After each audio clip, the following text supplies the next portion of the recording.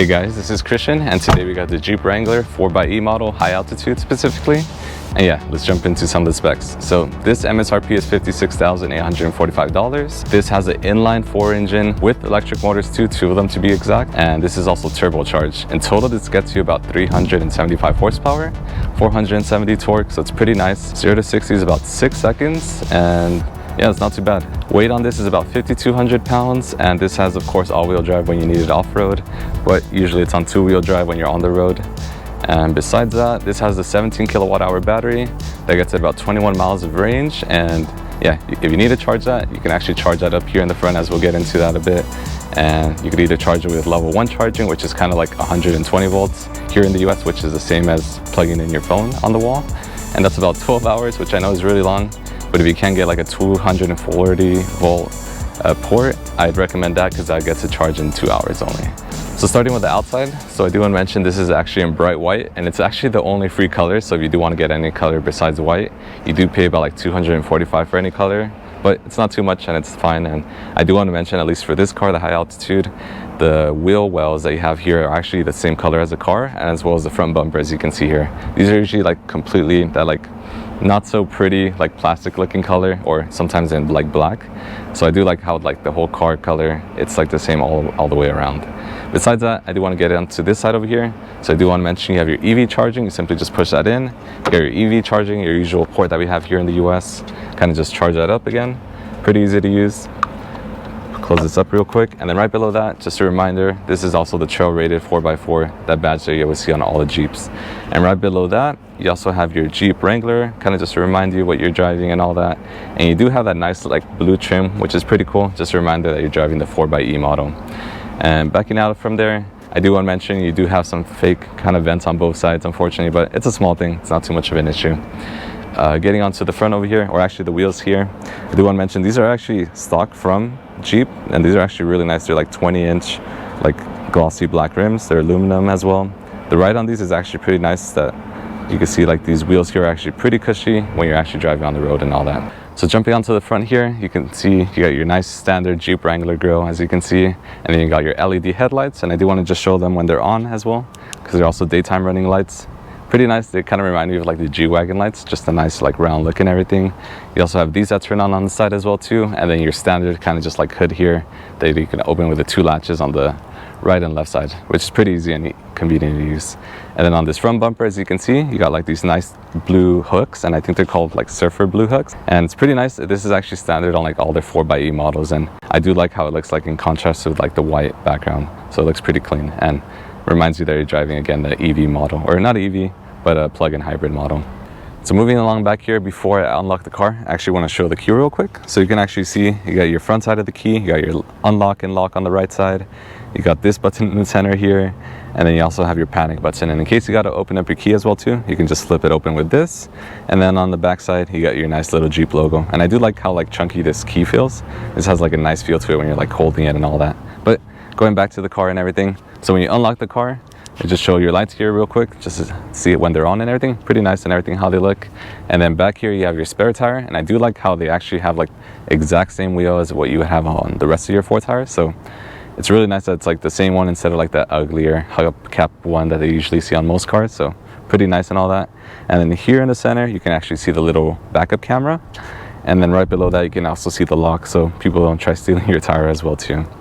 But besides that, just to open up the trunk, it's keyless entry, so with just the key in my pocket or in, as well as in my hand, I guess. Simply just open the door real quick. It opens up only the bottom, as you'd expect. And then once this is open and everything, you can also bring up this mirror as well too, or window. Once that's open with the hydraulics and all that, back here you have about like 31.7 cubic feet of space. Pretty nice and roomy, as you can see, a lot of space in case you need that. You got your Alpine speaker on the right side as well, subwoofer just to be exact. And then you can also see like the roll cage in case you do have like the top off and everything. So pretty cool how that looks. And then right below this as well, you got a little bit more space. So I probably conveniently just throw the charging cable back here. Not too much space, but just enough to just maybe throw like some emergency supplies or just your cable back there. And then close that up, and then simply like that. I do want to do the quick chunk challenge just to show you the space and all that. So I do want to show, it's actually pretty roomy back here, so I'm actually seated really nicely and I feel really comfortable. You could probably even have like that door closed completely, and you could probably even have like a cameraman hanging out of this car and like recording or shooting something really easily. Yeah, so this is with the door closed, so you can probably like easily just like hang on the side. I know you shouldn't be hanging, but in case you do gotta record something with this angle with the window open, you can simply just record on either side, or maybe just have your dog back here and you could get some like nice fresh air while you're driving off-road and all that, because I don't think you can have this open on the roads and all that. All right, so now back outside, I actually want to show what the seats look like down in case maybe you got to carry something. If you want to show a little close-up, you can actually see how it looks. So they don't completely go flat all the way, but in case you got to carry something a little longer, a little bit of an odd shape, you have a little bit more space in case you got to throw it in here. But besides that, it's pretty nice space and everything. And yeah, simply want to show this closed. Drop a little bit of trash here, if I can get it off my hand. Just to close this real quick, you got to close this one first always, because you can't close it if that's closed actually. So closing up the mirror real quick, or the window. Bring this closed, swing this closed as well too. This is closed now, and then we can go to the side now.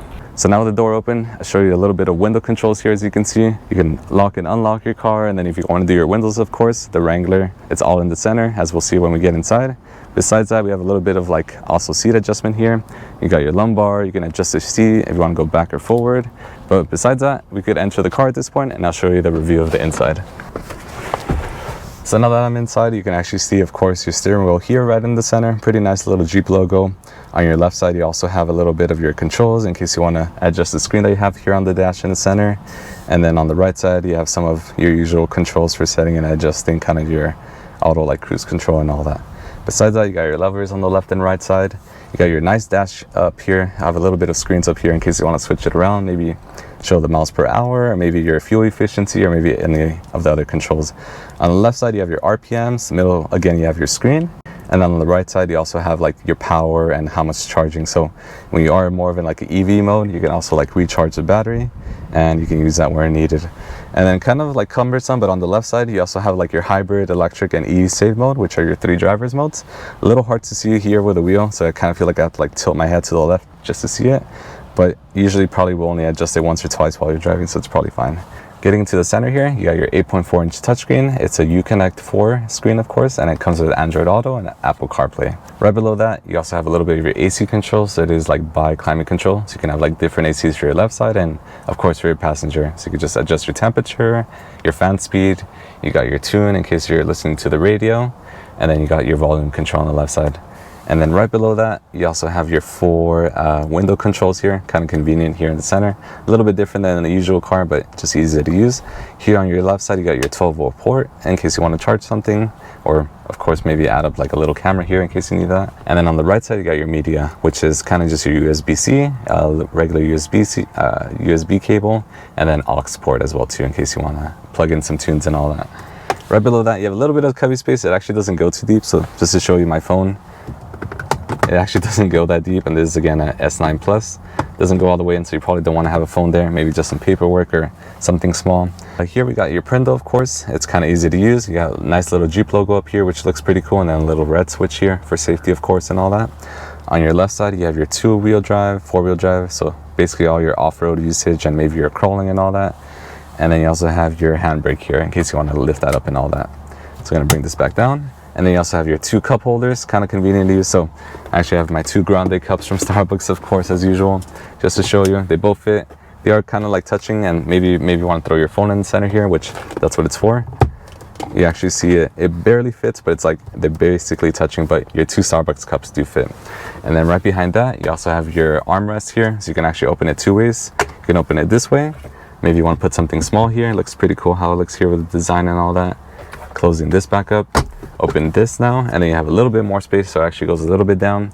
And then you also have a little USB 2.0 port here, and a little bit of light here as well too, in case you need that. But closing this back up, I do want to show actually the passenger seat. So again, this being the high altitude model, you can actually see these quilted seats here. It looks pretty nice. These are actually not standard. And then besides that, you also get like that nice same bronze like looking trim here on the dash as well too. And besides that, we also have the roof.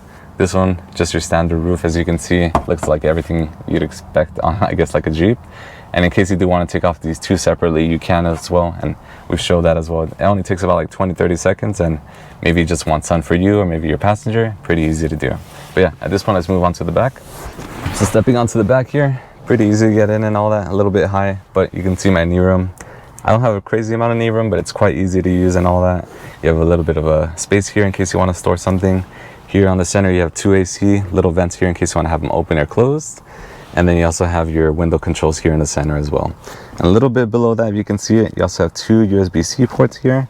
And right below that, if you go a little lower, you also can plug in like maybe a laptop again with that 120 volt port. You can also have that closed too. And then you have 2 little spots in case you want to store something, or here as well too.